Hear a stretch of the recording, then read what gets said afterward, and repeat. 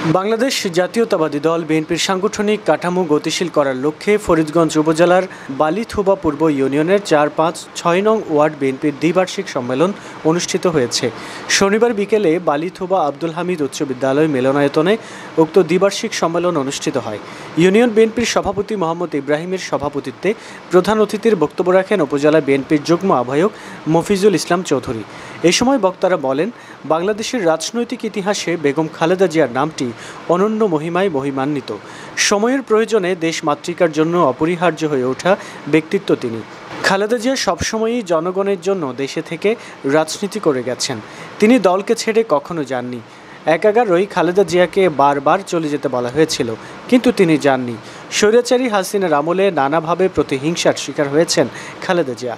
শত অন্যায় অত্যাচারের শিকার হয়েও তিনি দেশ ছেড়ে চলে যায়নি। তবে সময়ের ব্যবধানে সেই স্বৈরাচারী হাসিনা গত ৫ আগস্ট ছাত্র জনতার গণঅভ্যুত্থানে দেশ ছেড়ে পালিয়ে যায়।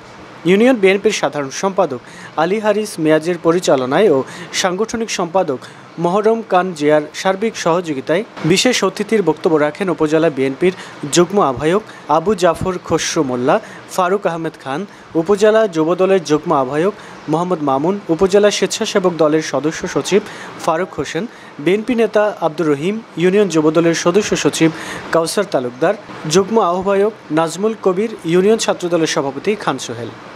এ সময় উপস্থিত ছিলেন ইউনিয়ন যুবদলের আহ্বায়ক গিয়াসউদ্দিন মিয়াজি, যুগ্ম আহ্বায়ক আলামিন ভূঁইয়া, ইউনিয়ন বিএনপির গণশিক্ষা বিষয়ক সম্পাদক জসিমউদ্দিন মিয়াজি, ইউনিয়ন স্বেচ্ছাসেবক দলের সভাপতি শফিউল্লাহ, সদস্য সচিব মোহাম্মদ ইয়াসিন সর্দার, ইউনিয়ন ছাত্রদলের সাধারণ সম্পাদক মোহাম্মদ সাইফুল ইসলাম সহ ইউনিয়ন ও ওয়ার্ড বিএনপি, যুবদল, স্বেচ্ছাসেবক দল ও ছাত্র দলের বিভিন্ন পর্যায়ের নেতৃবৃন্দ উপস্থিত ছিলেন।